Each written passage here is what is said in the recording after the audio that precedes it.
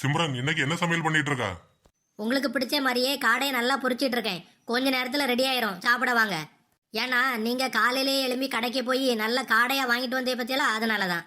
சரிம்மா, காலையில என்னைய கடைக்கு போய் சிக்கன் வாங்கிட்டு வர சொன்னா நான் கொஞ்ச நேரம் கூட உறங்கிட்டேன். இதுக்கு போய் இப்படி கோவப்படியா? உன் கோவத்தை குறைக்கிறதுக்கு தான் இப்போ ஒரு சந்தோஷமான விஷயத்தோட வந்திருக்கேன். என்னது சந்தோஷமான விஷயமா? என்ன?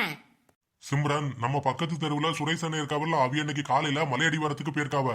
அங்க நிறைய கூட்டம் கூட்டமா காடை சுத்திட்டு இருந்திருக்கு. அப்படியே அவிய வலைய வச்சு நிறைய காடையை பிடிச்சு வந்திருக்காவ பாத்துக்க. இப்பதான் எனக்கு போன் பண்ணாவ, போனா எப்படியே காடை தருவாவ, நான் போய் வாங்கிட்டு வந்துறேன்னா. ஆனாலும் சுரேஷ் அண்ணன் சும்மாவே இருக்க மாட்டேங்க, அவ சரியான வேட்டைக்காரனா இருப்பாரு போல. உங்க சுரேஷ் அண்ணனை நீங்க தான் வச்சுக்கிடணும். இதுல என்ன பிரமாதம்? அந்த காலத்துல எங்க தாத்தா எல்லாம் டைனோசரையே சுட்டு வேட்டையாடி இருக்காரு தெரியுமா?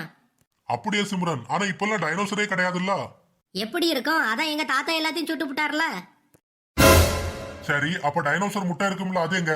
அதத்தான் மியூசியத்துல கொண்டு போய் வச்சுட்டாவல. தப்பு பண்ணிட்டாவ சிம்ரன், தப்பு பண்ணிட்டாவ. ஒன்னிய கொண்டு போய் மியூசியத்துல வச்சிருக்கணும்.